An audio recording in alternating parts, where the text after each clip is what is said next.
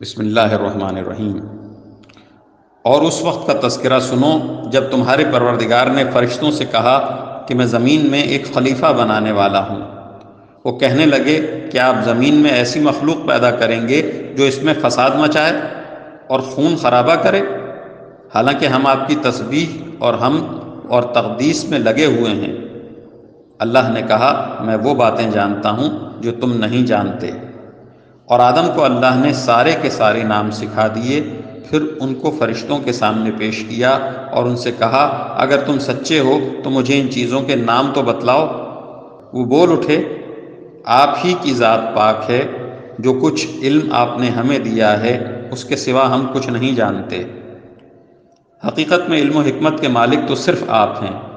اللہ نے کہا آدم تم ان کو ان چیزوں کے نام بتا دو۔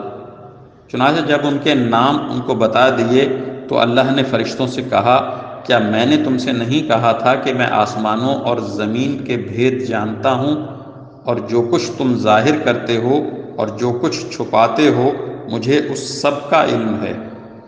اور اس وقت کا تذکرہ سنو جب ہم نے فرشتوں سے کہا کہ آدم کو سجدہ کرو، چنانچہ سب نے سجدہ کیا سوائے ابلیس کے کہ اس نے انکار کیا اور متکبرانہ رویہ اختیار کیا اور کافروں میں شامل ہو گیا۔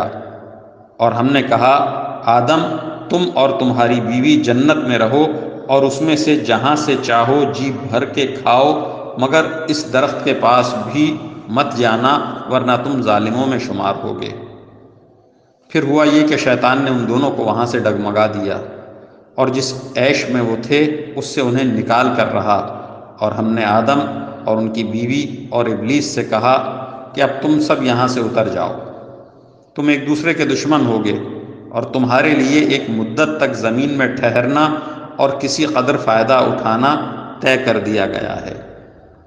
پھر آدم نے اپنے پروردگار سے توبہ کے کچھ الفاظ سیکھ لیے جن کے ذریعے انہوں نے توبہ مانگی، چنانچہ اللہ نے ان کی توبہ قبول کر لی، بے شک وہ بہت معاف کرنے والا بڑا مہربان ہے۔